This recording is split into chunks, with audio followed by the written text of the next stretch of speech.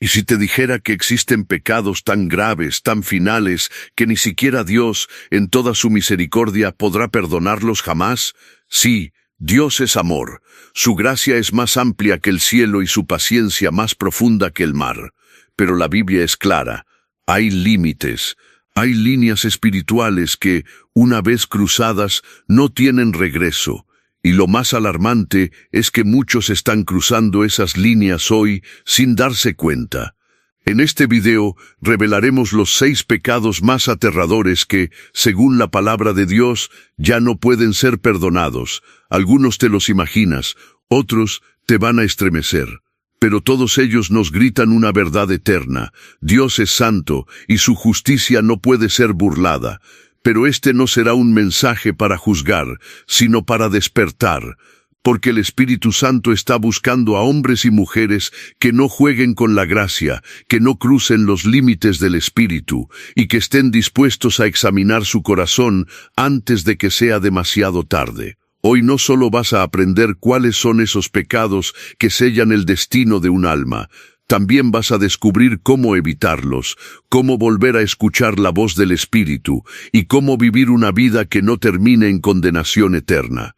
Te advierto desde ahora, el pecado número 4 ha arrastrado multitudes al infierno sin que se dieran cuenta, y el número 5 puede estar marcando tu vida en este mismo instante. Antes de comenzar, quiero que escribas en los comentarios esta oración breve, como una señal de reverencia y entrega. Señor, examina mi corazón, hazlo ahora, no por rutina, sino como un acto profético. Que esas palabras sean tu declaración pública de que estás dispuesto a dejar el pecado antes de que el pecado te deje sin retorno.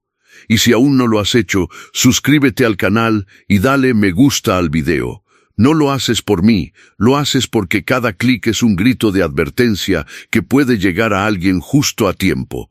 Juntos estamos levantando una voz que el infierno no puede silenciar. Ahora sí, abre tu mente, abre tu espíritu y prepárate para una verdad que puede marcar tu eternidad.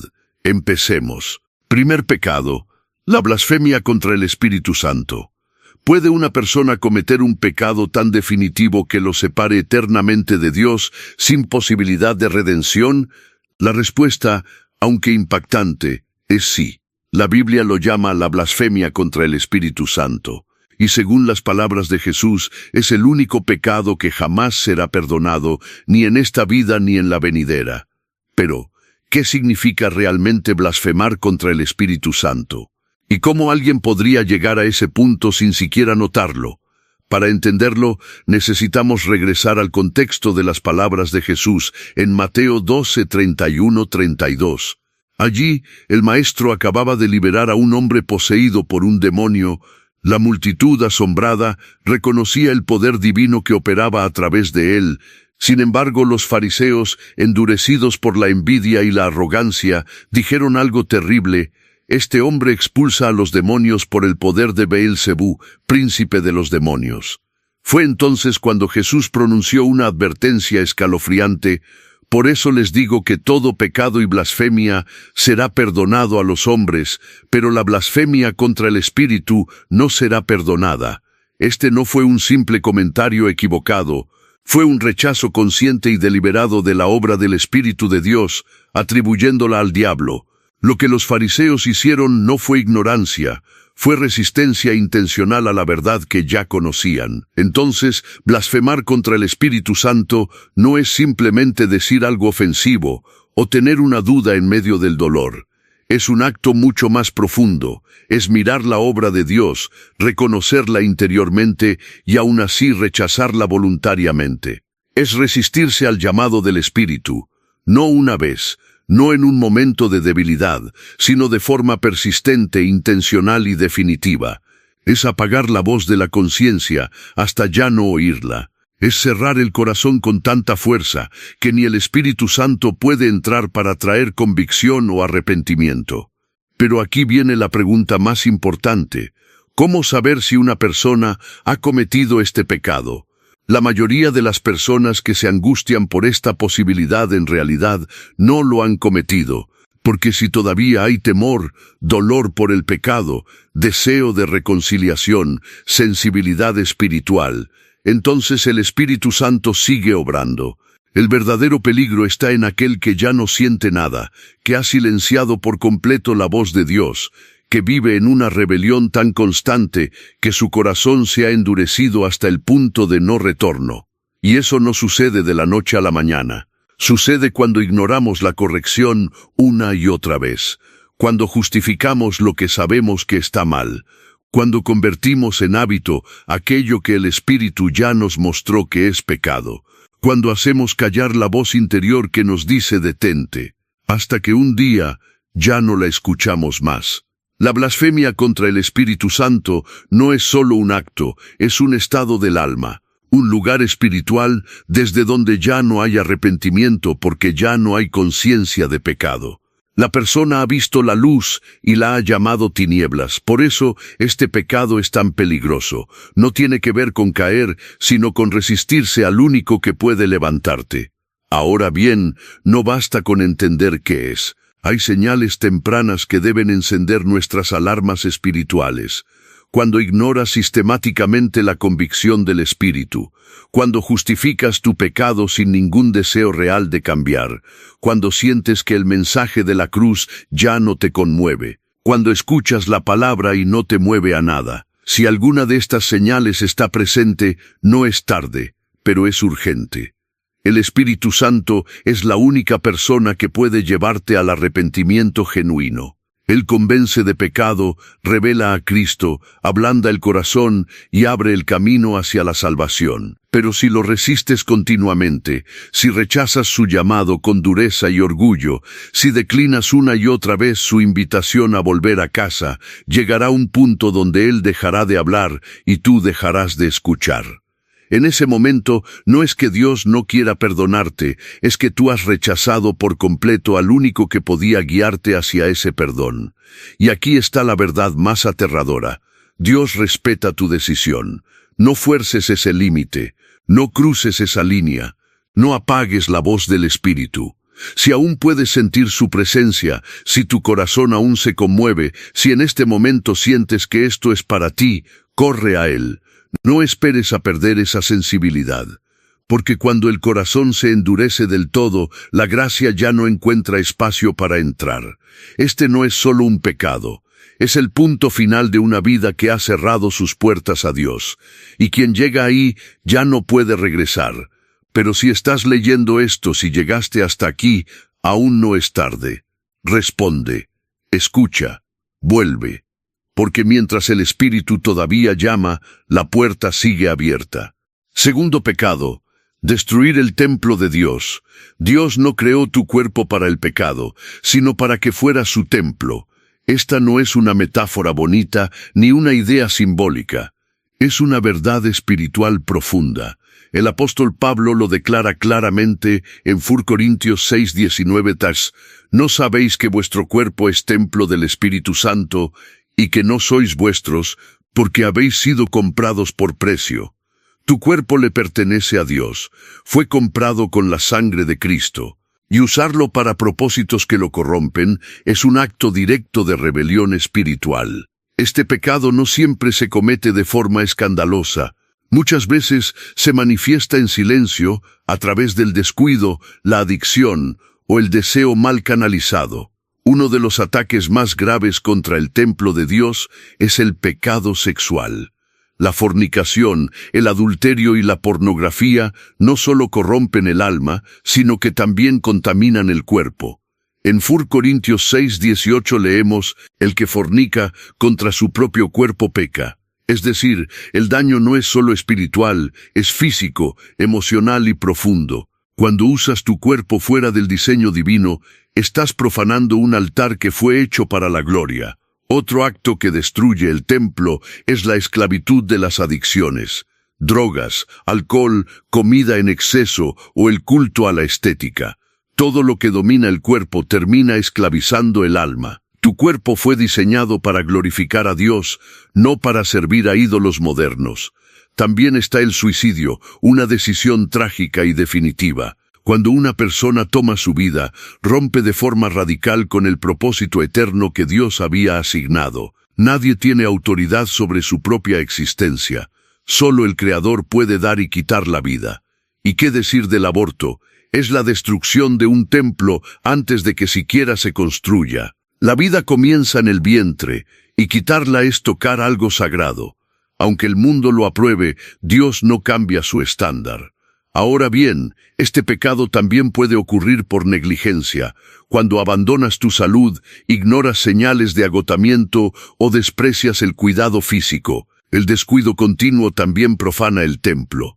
Detente un momento y pregúntate, ¿cómo estás tratando el cuerpo que Dios te dio? El Espíritu Santo quiere habitar en ti, pero no puede permanecer donde reina la corrupción. Si el templo está sucio, la gloria se retira. Si el altar está caído, el fuego se apaga. Este pecado es grave porque afecta directamente la morada de Dios. No se trata solo de conducta externa, sino de una desconexión interna con el valor que Dios ha puesto en ti. Pero si reconoces tu error, aún puedes rededicar tu cuerpo como lugar santo. Dios no busca perfección física, sino rendición. Él quiere templos vivos, no estructuras vacías. Y hoy, si escuchas su voz, puedes permitirle limpiar, restaurar y volver a habitar lo que una vez le fue arrebatado. Tercer pecado: apostatar de la fe. No hay pecado más doloroso de ver que el de alguien que caminó con Dios y luego le dio la espalda. No se trata de una caída por debilidad, ni de una lucha momentánea. Se trata de una decisión consciente de rechazar la fe que una vez se abrazó, de negar al Salvador que una vez se proclamó, de abandonar al Espíritu que una vez habló al corazón. La Biblia llama a esto apostasía y nos advierte de su gravedad en Hebreos 6:4-6, porque es imposible que los que una vez fueron iluminados y gustaron del don celestial y participaron del Espíritu Santo, si recayeron, sean otra vez renovados para arrepentimiento, crucificando de nuevo para sí mismos al Hijo de Dios y exponiéndolo a vituperio. No es una advertencia ligera, es una señal de que sí existe un punto de no retorno, un momento donde la dureza del corazón llega a tal extremo que la gracia ya no tiene dónde entrar. Se trata de aquellos que conocieron la verdad, experimentaron el poder de Dios, pero luego eligieron despreciarlo abiertamente.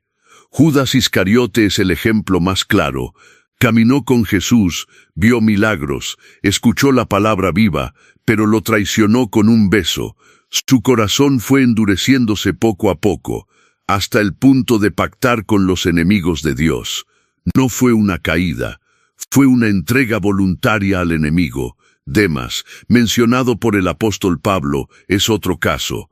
Alguien que servía en el ministerio, pero que amó este mundo y me abandonó. 6 Timoteo 4:10. ¿Cuántos hoy están siguiendo ese mismo camino? Comenzaron encendidos, apasionados, pero poco a poco cambiaron a Cristo por el confort, la fama o el pecado oculto. Es fundamental entender que apostatar no es caer.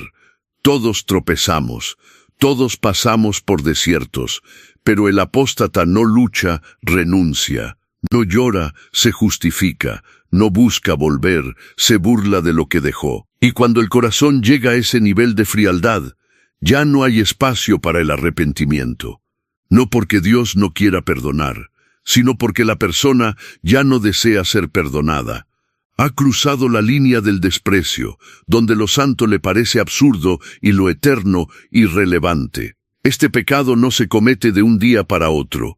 Es el resultado de pequeñas decisiones: descuidar la oración, ignorar la palabra, dejar de congregarse, tolerar el pecado sin arrepentimiento, endurecerse frente a la corrección. Esas grietas, si no se cierran a tiempo, terminan derrumbando toda la estructura de la fe. Ahora bien, si al escuchar esto sientes temor, convicción, deseo de volver, no has apostatado, porque el apóstata ya no escucha, ya no siente, ya no quiere volver. Si tú todavía puedes temblar ante la voz de Dios, entonces Él aún está obrando. La apostasía es el resultado de rechazar a Jesús tantas veces que el corazón se vuelve piedra. Pero si hoy tu corazón aún late con la esperanza de reconciliación, no estás perdido. Solo recuerda, la fe no se abandona de golpe, se descuida lentamente. No permitas que tu alma se enfríe al punto de no retorno.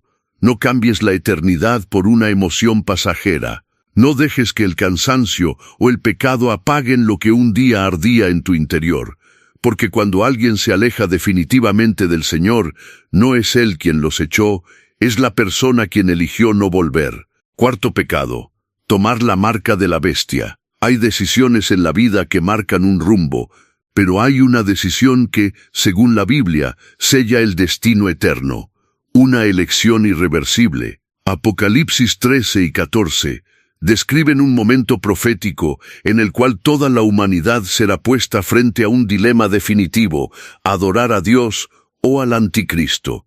El texto no deja lugar a dudas, y hacía que a todos, pequeños y grandes, ricos y pobres, libres y esclavos, se les pusiese una marca en la mano derecha o en la frente, y que ninguno pudiese comprar ni vender, sino el que tuviese la marca. Apocalipsis 13, 16, 17. Esta marca no es un símbolo inocente ni una medida económica, es una declaración espiritual.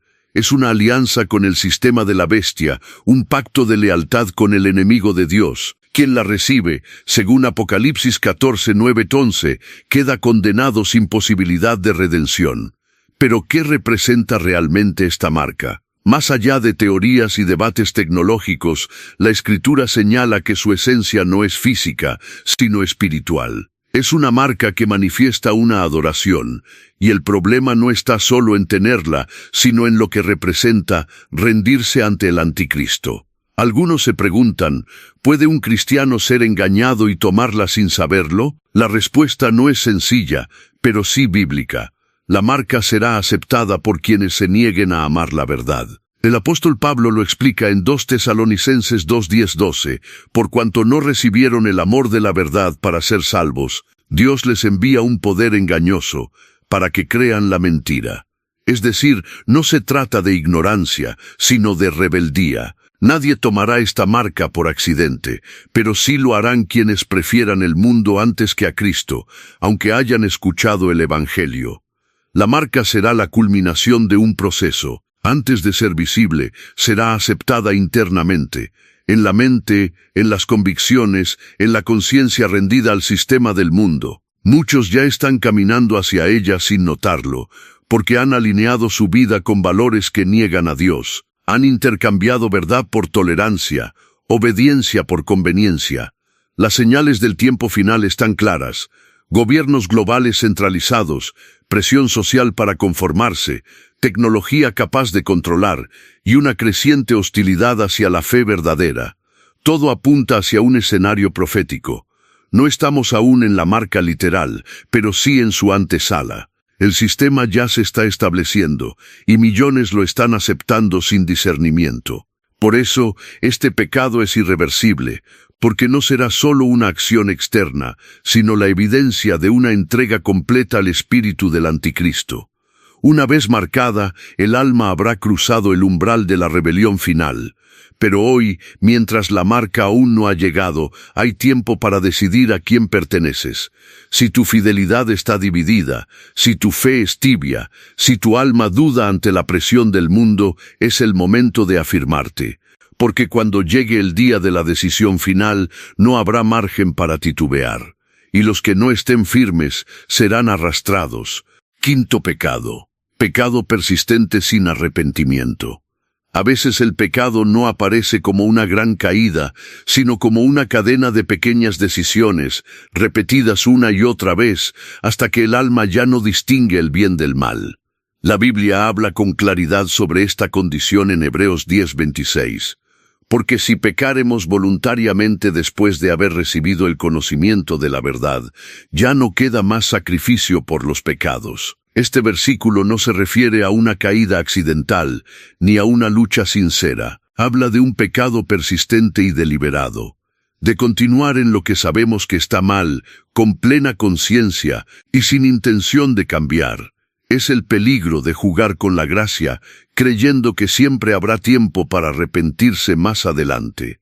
Pero llega un punto donde el corazón se endurece tanto que el arrepentimiento ya no brota, no porque Dios no lo quiera, sino porque la persona ya no lo desea. La Biblia nos da ejemplos de esto. Esaú, por ejemplo, menospreció la bendición espiritual y la vendió por un plato de comida. Más tarde quiso recuperarla con lágrimas, pero ya era tarde. En Hebreos 12:17 leemos que no halló lugar para el arrepentimiento, aunque la procuró con lágrimas. Otro caso es el de Faraón, que después de cada plaga decía que iba a obedecer, pero apenas pasaba el juicio, volvía a endurecerse. Su pecado no fue solo rebelarse, sino persistir en esa rebelión, burlándose del tiempo de gracia. Hoy, muchos viven bajo la falsa seguridad de que Dios siempre perdona. Sí, su misericordia es inmensa, pero no es eterna para el que la desprecia.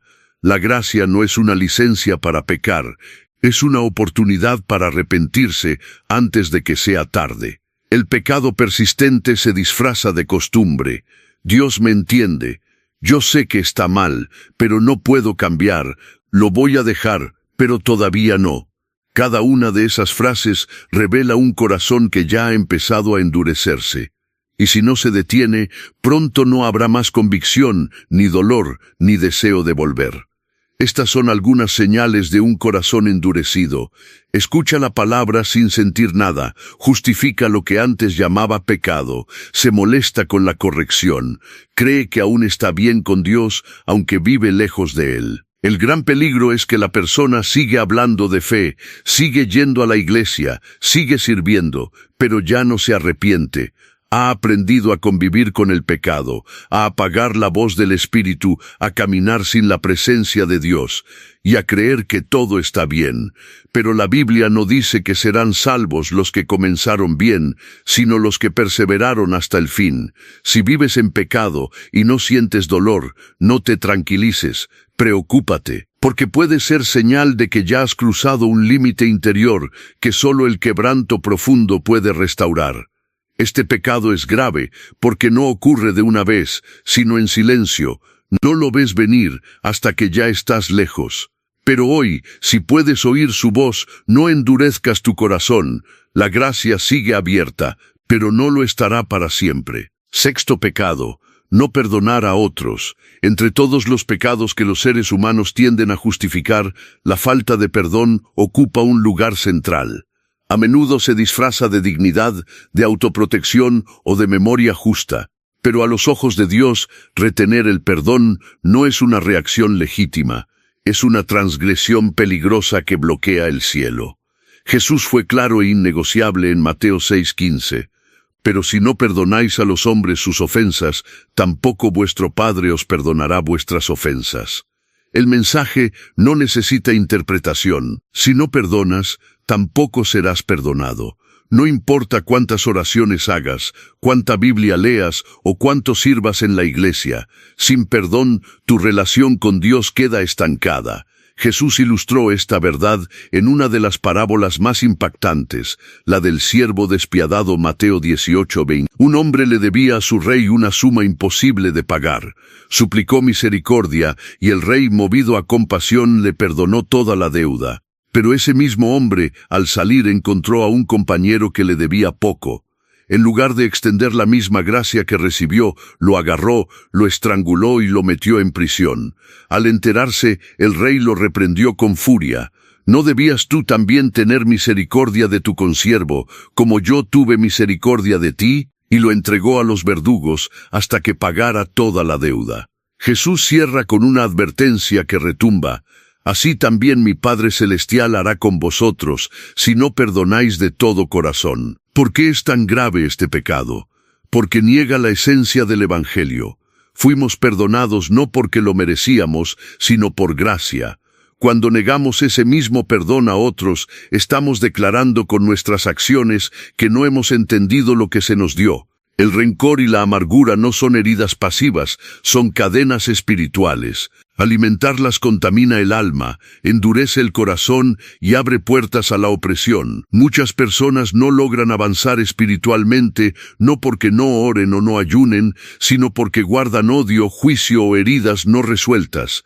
No perdonar afecta tus relaciones, tu salud emocional, tu paz interior y tu eternidad. Es como beber veneno esperando que el otro sufra, pero el alma que se contamina con la falta de perdón termina secándose por dentro. El perdón no significa negar el dolor ni justificar al ofensor, significa decidir que el pasado no te definirá y que el amor de Cristo será más fuerte que tu herida. Es un acto de obediencia, no de emoción. Y cuando perdonas, no liberas al otro, te liberas tú. Jesús no colocó condiciones para perdonarte. ¿Por qué tú las colocas para perdonar? El perdón no cambia el pasado, pero transforma tu presente y desbloquea tu futuro. Si guardas amargura en tu corazón, no lo racionalices, no lo maquilles de justicia. Dios no trata con los heridos que se victimizan, sino con los heridos que obedecen. Y no hay obediencia sin perdón. Después de escuchar los 6 pecados más graves que pueden sellar el destino eterno de un alma, quizás una pregunta esté temblando en tu interior.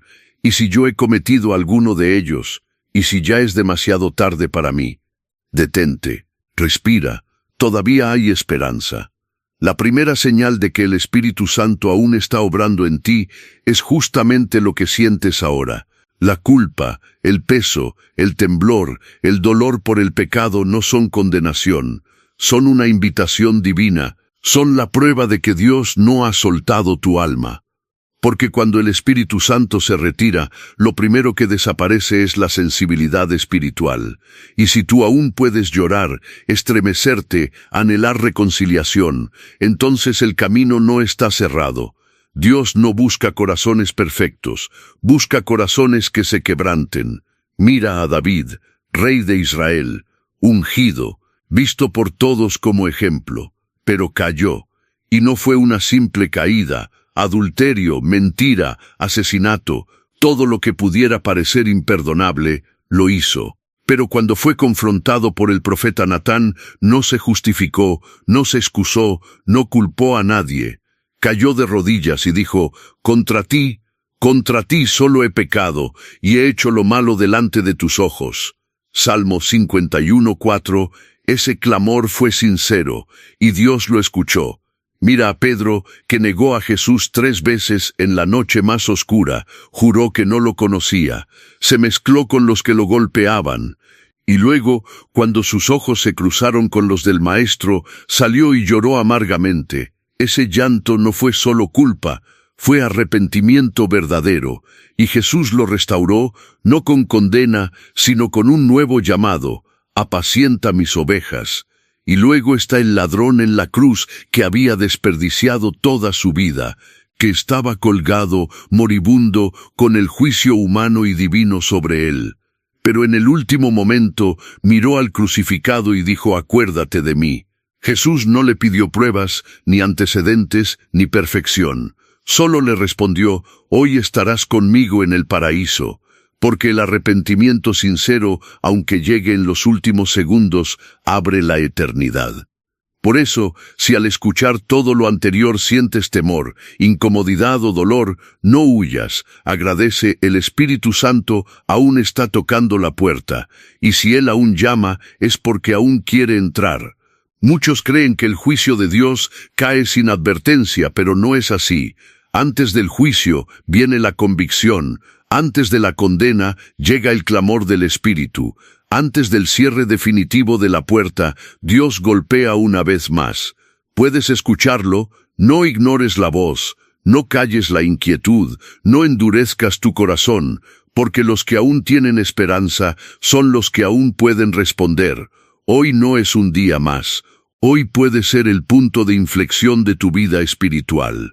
Aún puedes volver, pero debes hacerlo mientras escuche la voz. Después de comprender que todavía hay esperanza para quienes oyen la voz del Espíritu, es necesario detenernos y observar con sobriedad otro peligro que acecha a millones de personas, incluso dentro de la Iglesia. No es un pecado ruidoso, no causa escándalo, no provoca escarmiento inmediato. Es, de hecho, uno de los pecados más invisibles y al mismo tiempo más letales, la indiferencia espiritual. No hablamos de alguien que rechaza abiertamente a Dios, ni de quien se burla del Evangelio o vive en rebeldía. Hablamos de quienes simplemente escuchan, entienden, reconocen, pero no actúan. La palabra los toca, pero no los transforma.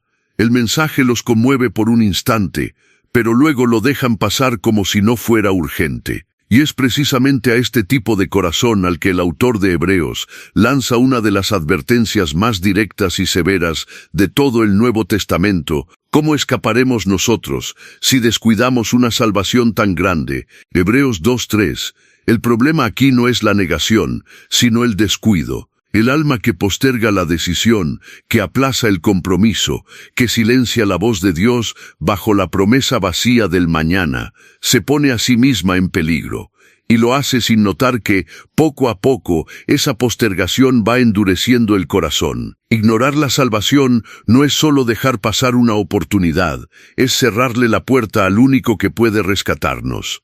Lo más alarmante es que muchas personas creen estar bien espiritualmente solo porque no han caído en pecados graves. Siguen asistiendo a cultos, repiten versículos, hablan el lenguaje de la fe, pero en lo profundo han dejado de responder al llamado de Dios. Y cuando esa indiferencia se normaliza, la tibieza se instala como una capa espesa sobre el corazón. Jesús fue claro en su advertencia a la iglesia de la Odisea: porque no eres ni frío ni caliente, te vomitaré de mi boca.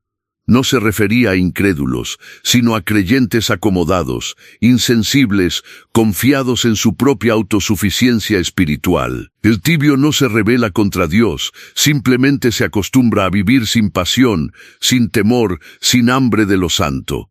Y es ahí donde muchos se pierden, no porque odiaron a Dios, sino porque lo ignoraron, porque siempre pensaron que habría tiempo más adelante, porque creyeron que podían mantenerse a medio camino sin consecuencias. Pero cada vez que pospones el arrepentimiento, cada vez que eliges no responder, el alma se endurece un poco más, hasta que llega el momento en que ya no puedes sentir. Y cuando ya no puedes sentir, tampoco puedes volver. Si hoy estás escuchando estas palabras y algo en ti se incomoda, si sabes que has postergado decisiones espirituales importantes, si reconoces que has vivido en rutina y tibieza, entonces escucha esta advertencia como una expresión del amor de Dios, no como una condena. Él no te habla para aplastarte, sino para despertarte. Porque ignorar la salvación no es neutral, es mortal. Este puede ser tu último llamado, no porque Dios se canse de ti, sino porque tú puedes quedarte sordo a su voz. Y una vez que ya no escuchas, ya no puedes responder. Por eso el momento de volver no es mañana, es hoy. El tiempo de despertar no es cuando sientas ganas, es ahora. No descuides lo que Cristo pagó con sangre. No ignores lo que el cielo gritó desde la cruz. Porque una salvación tan grande, si es despreciada, no deja escapatoria. Uno de los momentos más devastadores para un alma no ocurre cuando Dios corrige, ni siquiera cuando disciplina, sino cuando ya no habla. Porque mientras Él sigue confrontando, aún hay esperanza. Pero cuando guarda silencio, cuando su voz se apaga, cuando el alma se acostumbra a vivir sin su presencia, estamos ante una señal alarmante. El juicio ha comenzado en forma de abandono. Dios no siempre retira su favor con violencia. A veces simplemente se aleja, y lo más trágico es que muchos no se dan cuenta. Han vivido tanto tiempo ignorando su palabra, resistiendo su espíritu, justificando su pecado, que han llegado a un punto donde la ausencia de Dios les parece normal. Ya no oran como antes. Ya no sienten lo que sentían. Ya no lloran. Ya no tiemblan. Y lo peor, ya no les importa. En Génesis 6:3, antes del diluvio, Dios declaró una frase que resuena con peso profético hasta hoy: no contenderá mi espíritu con el hombre para siempre. No es una amenaza vacía, es una advertencia del límite invisible que el corazón humano puede cruzar si insiste en resistirse al llamado divino.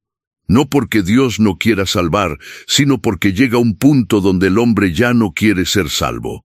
A veces pensamos que siempre habrá una segunda oportunidad, una nueva predicación, un último susurro, pero la Escritura es clara: el espíritu no luchará para siempre. Llega un momento en que, si el alma ha cerrado tantas veces la puerta, Él deja de llamar. no por capricho, sino por respeto a la libertad del ser humano. Y ese silencio no es casual, es juicio. Lo vemos reflejado en la vida de Saúl, el primer rey de Israel. Fue ungido, guiado, advertido, pero su orgullo, su desobediencia y su afán por controlarlo llevaron a rechazar la voz de Dios una y otra vez, hasta que llegó el día en que Dios dejó de responderle ni por sueños, ni por profetas, ni por visiones. Y Saúl, desesperado, buscó una médium para escuchar algo del mundo espiritual. Ya era demasiado tarde. Dios había callado y no volvió a hablarle. Tal vez hoy tú sientes que algo dentro de ti se ha apagado, que aquella voz que antes te tocaba con poder ya no está, que la palabra no te confronta, que la adoración no te conmueve, que tu conciencia se ha vuelto piedra. Y aunque intentas justificarlo con frases como «es solo una etapa», «es el estrés» o «Dios sabe cómo soy», la verdad es que estás viviendo sin su presencia y sin darte cuenta. La costumbre al silencio de Dios es una forma sutil de muerte espiritual, y la mayoría no lo percibe hasta que ya no hay retorno. Por eso, si hoy sientes que algo dentro de ti aún reacciona, que algo en tu alma aún clama por su presencia, no lo ignores. Porque si aún escuchas esta advertencia con temor, es que Él todavía está hablando, pero no presumas de ese privilegio. Porque el silencio de Dios no llega de golpe, llega cuando menos lo esperas, como resultado de muchas resistencias pequeñas, muchas excusas repetidas, muchas veces en las que elegiste no obedecer. No hay juicio más severo que un cielo cerrado, no hay castigo más frío que una vida sin dirección divina. Y no hay alma más perdida que aquella que ni siquiera nota que Dios ya no está. Hoy, mientras todavía oyes su voz, responde, porque cuando Dios ya no llama, es porque decidió no volver. Uno de los retratos más solemnes que Jesús pintó sobre el fin de los tiempos se encuentra en la parábola de las 10 vírgenes.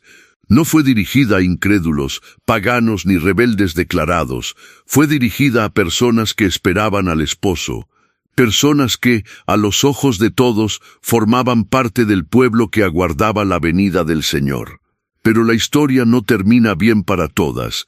Dice el texto en Mateo 25 que 10 vírgenes salieron a recibir al esposo. Todas llevaban lámparas, todas parecían listas, todas se dormitaron mientras esperaban. Pero solo 5 de ellas llevaban aceite de reserva. Las otras 5, llamadas insensatas, tenían lámparas pero no aceite suficiente para resistir la espera. Y cuando finalmente se escuchó el clamor, «Aquí viene el esposo, salid a recibirle», las lámparas de las insensatas se estaban apagando. Corrieron a buscar aceite, pero fue tarde. Cuando regresaron, la puerta ya estaba cerrada. Y la respuesta que recibieron al golpearla es una de las frases más aterradoras que jamás se pronunciarán desde el cielo. «De cierto os digo, no os conozco». Este no es un mensaje para los que están lejos, es un llamado de alerta para los que parecen estar cerca, aquellos que tienen apariencia de piedad, pero no sustancia espiritual. Aquellos que se visten como vírgenes prudentes, que participan de reuniones, que manejan el lenguaje religioso, pero no tienen aceite. El aceite en la Escritura representa al Espíritu Santo, la unción, la vida interior, la comunión con Dios que no se ve, pero que sostiene la llama encendida cuando llega la noche. Hoy muchos viven con lámparas visibles, pero sin aceite escondido. Se apoyan en una imagen, en una tradición, en una emoción ocasional, pero no hay profundidad, no hay búsqueda diaria, no hay arrepentimiento verdadero. Y cuando el clamor final se escuche, que llegará sin aviso y sin margen de reacción, será demasiado tarde para correr. La puerta no se cerrará por falta de información, sino por falta de preparación. La tragedia de esta parábola no está solo en el juicio, sino en la proximidad que no fue suficiente. Ellas estaban cerca, sabían a quién esperaban, salieron al encuentro, pero se confiaron en su apariencia y no cuidaron su interior. Estuvieron tan cerca y terminaron tan lejos. Lo más peligroso no es estar completamente perdido, sino estar parcialmente despierto. No es negar al esposo, sino asumir que estar en la comitiva es garantía de entrada. Pero el esposo no se impresiona con lámparas, se conmueve por el aceite. Él no busca rostros conocidos, busca corazones consagrados. Si sientes que has vivido con una lámpara sin aceite, si sabes que tu comunión con Dios se ha vuelto superficial, rutinaria o simplemente decorativa, esta parábola no llega para condenarte, llega para alertarte. Mientras la puerta esté abierta, aún puedes llenar tu vasija. Pero si esperas a último momento, quizás descubras que la entrada ya no depende de correr, sino de haber estado listo. No vivas con la presunción de que por estar cerca ya estás dentro. No te conformes con tener una forma si no tienes fuego, porque el día que la puerta se cierre, ya no habrá más advertencias, ni margen, ni espera. Solo dos palabras que separarán destinos para siempre: te conozco o no te conozco. Después de escuchar advertencias tan serias sobre el juicio, el endurecimiento y la puerta que se cierra, quizás surja una reacción común en el corazón del oyente: pero Dios es bueno, Él me conoce, su gracia es infinita, y es cierto, Dios es bueno, y su gracia es real. Pero el problema no está en lo que Dios es, sino en lo que el corazón humano ha hecho con esa verdad. Porque si bien la gracia fue diseñada para levantarnos, hoy muchos la han convertido en un colchón para caer y quedarse allí. El apóstol Pablo, en Romanos 6:1, confronta esta distorsión desde el primer siglo con una pregunta que resuena con fuerza hasta hoy. ¿Qué pues diremos? ¿Perseveraremos en el pecado para que la gracia abunde? Y responde con una rotunda negación: en ninguna manera. La gracia no es un permiso para pecar tranquilo, no es una excusa para vivir en tibieza, ni una justificación para sostener conductas que el Espíritu ya confrontó. La gracia es un puente hacia la transformación, no una manta para el autoengaño. Es el regalo más costoso que el cielo ofreció, y despreciarlo con una vida incongruente es uno de los actos más ofensivos ante Dios. Muchos hoy han reducido el Evangelio a una frase cómoda: Dios me ama tal como soy. Y aunque es cierto que el amor de Dios te alcanza en tu estado actual, ese mismo amor no te deja allí. La gracia que no te cambia, no te salvó. Porque si después de haber conocido la verdad, sigues viviendo como si nunca la hubieras escuchado, entonces no estás recibiendo la gracia, estás abusando de ella. Jesús no murió en la cruz para que vivamos confiados en una falsa seguridad. Murió para romper las cadenas del pecado, no para que aprendas a caminar con ellas puestas sin sentir culpa. Cada gota de sangre derramada clama por una respuesta, una vida santa, agradecida, rendida. El abuso de la misericordia no es menor a los ojos de Dios. De hecho, Jesús fue más severo con los hipócritas religiosos que con los pecadores declarados. Porque la dureza espiritual no nace del pecado externo, sino de la falsa tranquilidad que produce una gracia mal entendida. Es esa peligrosa sensación de creer que nada está mal porque Dios ya me perdonó, sin evaluar si realmente hubo arrepentimiento y fruto de cambio. No se trata de caer, todos caemos, sino de permanecer en el suelo mientras decimos: la gracia me cubre. Esa es la señal de un corazón que ya no lucha por agradar a Dios, sino que busca justificar su comodidad espiritual. La gracia no adormece la conciencia, la despierta, no apaga la alarma del espíritu, la enciende. No te permite permanecer igual, te empuja a ser transformado. Si lo que llamas gracia no te lleva al altar, no te inspira obediencia, no produce quebranto, entonces no estás caminando bajo la gracia, sino bajo un engaño. Dios es lento para la ira, pero no es ciego. Su paciencia tiene un propósito: llevarnos al arrepentimiento. No juegues con ese tiempo, no asumas que su silencio es aprobación, porque cuando la gracia es despreciada, lo que sigue es juicio. Y como dice Hebreos 10:29, ¿cuánto mayor castigo pensáis que merecerá el que pisoteare al Hijo de Dios y tuviere por inmunda la sangre del pacto? Hoy la gracia está extendida, hoy la puerta sigue abierta, pero no es para que permanezcas en el mismo lugar, sino para que entres, te rindas y comiences a vivir como quien realmente ha sido perdonado. No juegues con lo que costó tanto, porque quien juega con la gracia termina perdiéndolo todo. Después de tantas advertencias solemnes, quizás haya en tu corazón una pregunta tan dolorosa como esperanzadora. ¿Cómo vuelvo a Dios de verdad? Porque no se trata solo de sentirse mal por el pecado, ni de repetir una oración emocional. Lo que Dios busca no es un acto momentáneo, sino una decisión radical, interna y continua, el verdadero arrepentimiento. El arrepentimiento bíblico no es remordimiento, ni vergüenza, ni culpa pasajera. Es un giro profundo en el alma, es ver el pecado como Dios lo ve. Es odiar lo que antes amabas y amar lo que antes ignorabas. Es pasar de un camino ancho a uno estrecho, de un corazón dividido a un corazón rendido. Es más que decir perdón, es vivir como alguien que fue perdonado. David, después de su caída, no solo lloró, se quebrantó, no solo pidió limpieza, pidió un nuevo corazón. Dijo: crea en mí, oh Dios, un corazón limpio, y renueva un espíritu recto dentro de mí. Ese clamor no vino de alguien que quería aliviar la culpa, sino de alguien que quería restaurar la comunión. Esa es la diferencia entre el que quiere sentirse mejor y el que quiere ser cambiado. Volver a Dios implica 3 pasos esenciales: confesar, renunciar y obedecer. Confesar no es solo admitir lo que hiciste, sino estar de acuerdo con Dios en que fue pecado. Es dejar de justificarte, de culpar a otros, de esconderte detrás de excusas. Es poner la verdad sobre la mesa, sin adornos, sin máscaras, sin medias tintas. Renunciar es cortar con lo que te aleja de Él. A veces no es un pecado visible, sino una relación, un hábito, un pensamiento, un estilo de vida. Volver a Dios significa cerrar la puerta a todo lo que abrió grietas en tu comunión con Él. No puedes reconciliarte con Dios mientras sigues abrazando aquello que lo ofende.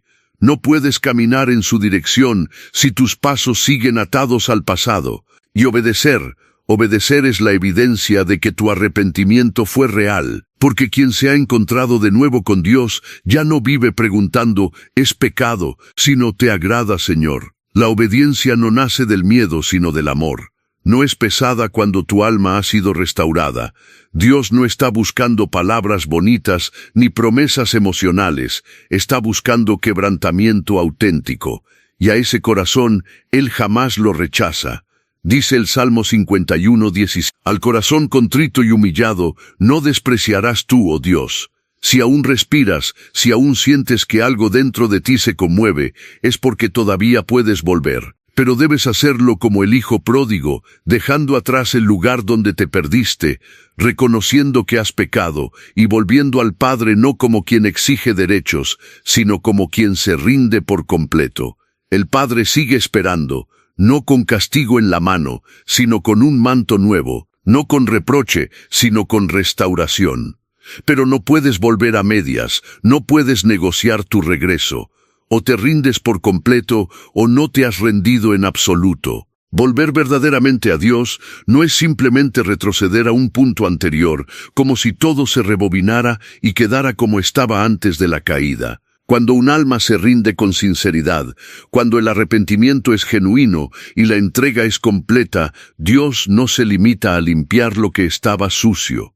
Él transforma desde lo más profundo, rediseña el corazón y produce una obra tan poderosa que la persona que se levanta no es la misma que se arrodilló. Es alguien nuevo, es alguien nacido de nuevo. La restauración de Dios no consiste solo en perdonar el pasado, sino en conceder una identidad completamente nueva. No es un simple acto de misericordia emocional, es un milagro espiritual. La Escritura lo afirma con total claridad. Si alguno está en Cristo, nueva criatura es, las cosas viejas pasaron y todas son hechas nuevas. Eso significa que ya no vives definido por lo que hiciste, ni por lo que sufriste, ni por los errores que marcaron tu historia. Tu identidad ya no está atada a tu caída, sino a tu redención. Eres una nueva creación, no porque tú lo lograste, sino porque Cristo te lo otorgó. La verdadera restauración no es solo interna, aunque comienza en el alma. Se manifiesta en la forma en que vives, en la manera en que hablas, en cómo tomas decisiones y en lo que priorizas. Una vida restaurada no sigue los mismos patrones de antes, no camina con las mismas sombras, no coquetea con las mismas cadenas, porque cuando el Espíritu Santo regresa a ocupar su lugar en el centro del corazón, todo cambia alrededor. Y no por esfuerzo humano, sino porque ahora fluye una nueva vida desde adentro. Cuando el hijo pródigo volvió a casa, el padre no se detuvo en su miseria. No lo interrogó sobre cada error, no exigió explicaciones. Lo vistió, lo restauró, lo abrazó, lo llamó hijo, como si nunca hubiera dejado de serlo. Así actúa el amor perfecto, no solo te recibe, te reintegra, y no para que vivas con miedo a fallar otra vez, sino para que vivas con gratitud y responsabilidad por la segunda oportunidad que el cielo te entregó. El gozo de una vida restaurada no se basa en haber dejado atrás un pecado, se basa en haber recuperado la comunión con el Padre. Porque eso es lo que más se extraña cuando se pierde. No es el ministerio, ni las bendiciones, ni el lugar en la iglesia, es su presencia. Y cuando Él vuelve, todo lo demás se ordena. Una persona verdaderamente restaurada no necesita demostrarlo con gritos o declaraciones públicas. Su vida habla sola. La transformación se nota en su carácter, en su sensibilidad al espíritu, en su obediencia silenciosa, en su humildad. Es alguien que sabe de dónde fue rescatado y no tiene intención de volver allí. Es alguien que ya no vive por temor al castigo, sino por amor al que lo salvó. Es alguien que ha probado la gracia, no como teoría, sino como experiencia viva. No importa cuántos errores haya cometido, ni cuán profundo haya caído, ni cuánto tiempo haya estado lejos. Si ha sido restaurado por Dios, entonces lo viejo ya no tiene autoridad sobre él. El infierno puede recordarle su pasado, pero el cielo ya escribió su futuro. Y ese futuro está marcado por la transformación, por el fruto visible del Espíritu, por una comunión real que ya no depende de emociones, sino de una convicción arraigada en la verdad. Porque al final no importa lo que fuiste, no importa cuánto te alejaste, lo que realmente importa es quién eres ahora y a quién perteneces. Y si ahora perteneces a Cristo, entonces tu vida será una evidencia viva de que la restauración de Dios no solo limpia, transforma para siempre. Después de todo lo que hemos recorrido hasta aquí, las advertencias, los pecados que cierran puertas, la restauración ofrecida a quien se rinde de verdad, queda una verdad fundamental que no puede ser ignorada. No basta con comenzar bien. Hay que llegar hasta el final, porque en el reino de Dios, la fe que salva es la que persevera. Jesús no dijo, el que crea una vez será salvo, sino el que persevere hasta el fin, éste será salvo. Mateo 24:13. Y esas palabras, pronunciadas en medio de su discurso profético sobre los últimos tiempos, resuenan con más fuerza que nunca en nuestra generación. Perseverar no es un acto heroico de un momento, no es una emoción intensa, ni un impulso ocasional. Es una decisión diaria, constante, a veces silenciosa, muchas veces solitaria. Es elegir seguir creyendo cuando todo dentro de ti quiere rendirse. Es seguir obedeciendo cuando no sientes nada. Es permanecer fiel cuando nadie te ve, cuando nadie te aplaude, cuando parece que Dios está callado. Perseverar es la prueba de que tu fe no depende de circunstancias, sino de convicción. Pero nadie persevera por casualidad. La fidelidad no se improvisa, se entrena, se cultiva, y eso requiere disciplina espiritual. Así como el cuerpo necesita hábitos para mantenerse fuerte, el alma necesita una rutina de alimento y resistencia. La oración constante, el estudio de la palabra, la meditación silenciosa, el ayuno, la confesión diaria, todas estas prácticas no son accesorios opcionales de la vida cristiana. Son la base sobre la cual se edifica una fe que aguanta las tormentas. Además, ningún creyente fue diseñado para perseverar solo. El diseño de Dios siempre incluyó comunidad.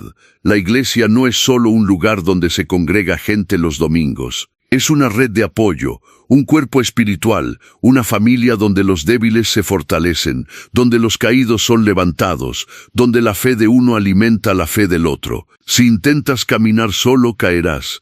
Pero si caminas rodeado de otros que también están decididos a llegar, tendrás manos que te sostengan cuando flaquees.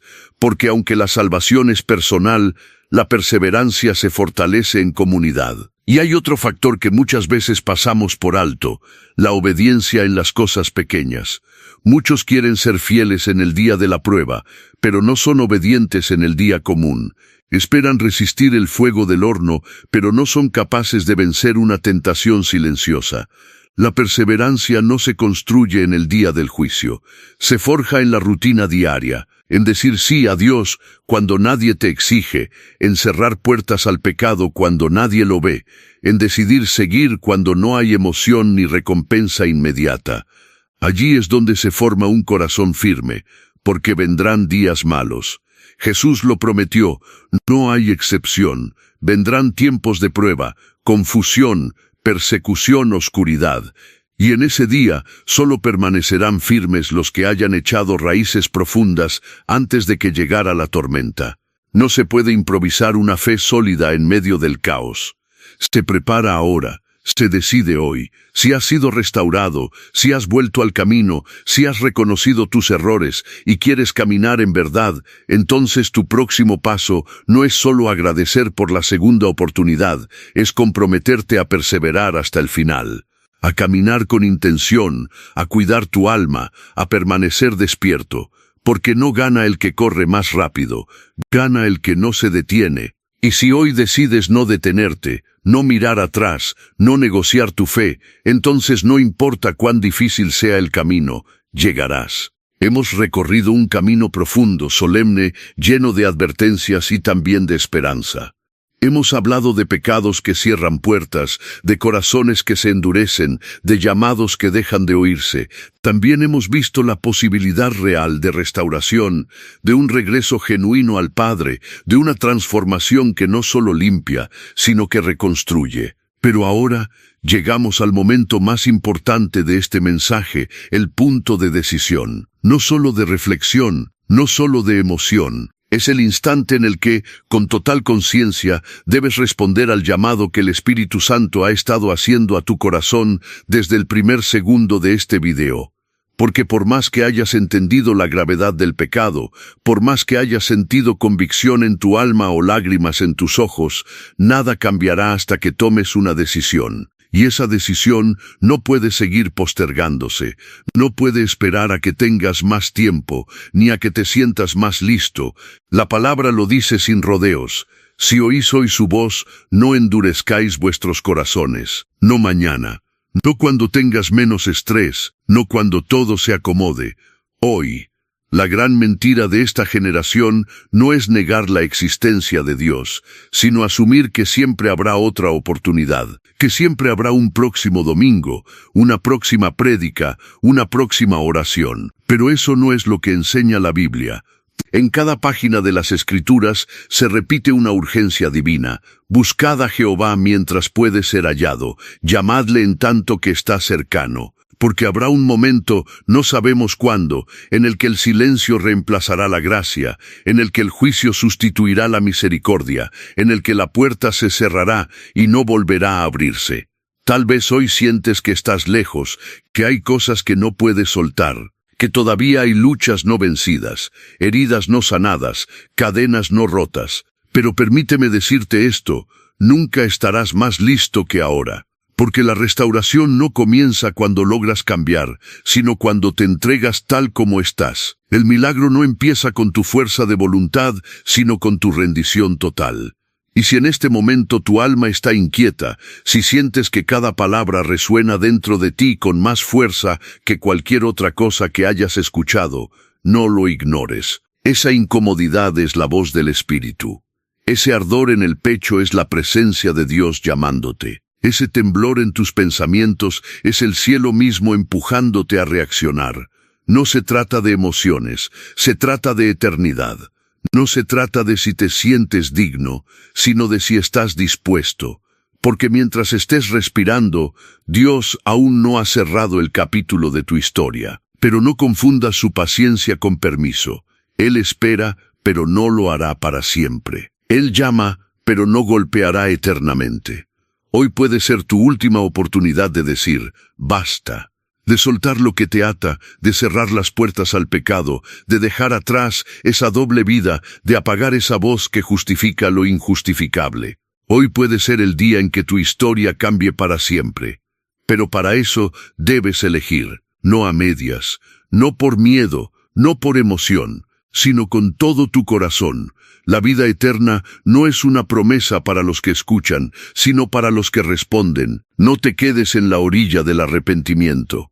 Da el paso. Elige hoy, antes que sea demasiado tarde. Si has llegado hasta aquí, permíteme decirte algo que no le diré a todos. Eres parte de una minoría muy especial. Muy pocas personas logran permanecer hasta el final de un mensaje como este. Muchos se distraen, otros se incomodan, algunos simplemente no soportan la verdad. Pero tú decidiste quedarte. Tú decidiste escuchar cada palabra, permitir que la verdad te atravesara, que el Espíritu te hablara. Y por eso quiero felicitarte, no por haber escuchado un video, sino por haber dado un paso más en tu proceso espiritual.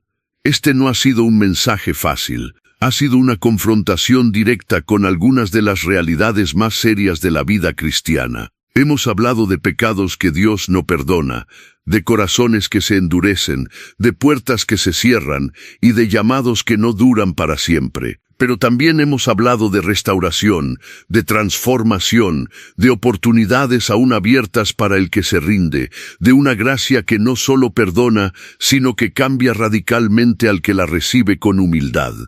Hoy sabes algo que muchos ignoran. No se puede jugar con la eternidad. No se puede caminar cerca del fuego sin quemarse. No se puede vivir en la ilusión de que siempre habrá tiempo. Porque el reloj de Dios no se mueve con la lógica humana. Él llama, o luego guarda silencio. Él ofrece, y luego juzga. Y quien escucha su voz y no responde, corre el riesgo de despertar un día con el alma vacía y el cielo cerrado. Pero tú, que has escuchado hasta el final, aún estás a tiempo. Y más que eso, has demostrado que hay hambre en tu interior. Hambre de verdad, de corrección, de propósito. Hambre de Dios. Y si ese fuego está encendido, no permitas que se apague. No vuelvas a lo que dejaste atrás. No te acomodes en la rutina. No te engañes creyendo que con este video es suficiente. Esto apenas es el comienzo de un nuevo despertar en tu vida. Por eso quiero pedirte algo especial.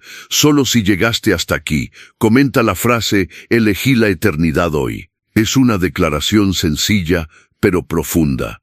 Esa frase me mostrará quiénes son los que realmente están siendo alcanzados, quebrantados, formados. Me mostrará los nombres de los elegidos que están yendo más allá de las emociones y están abrazando un compromiso real con Dios.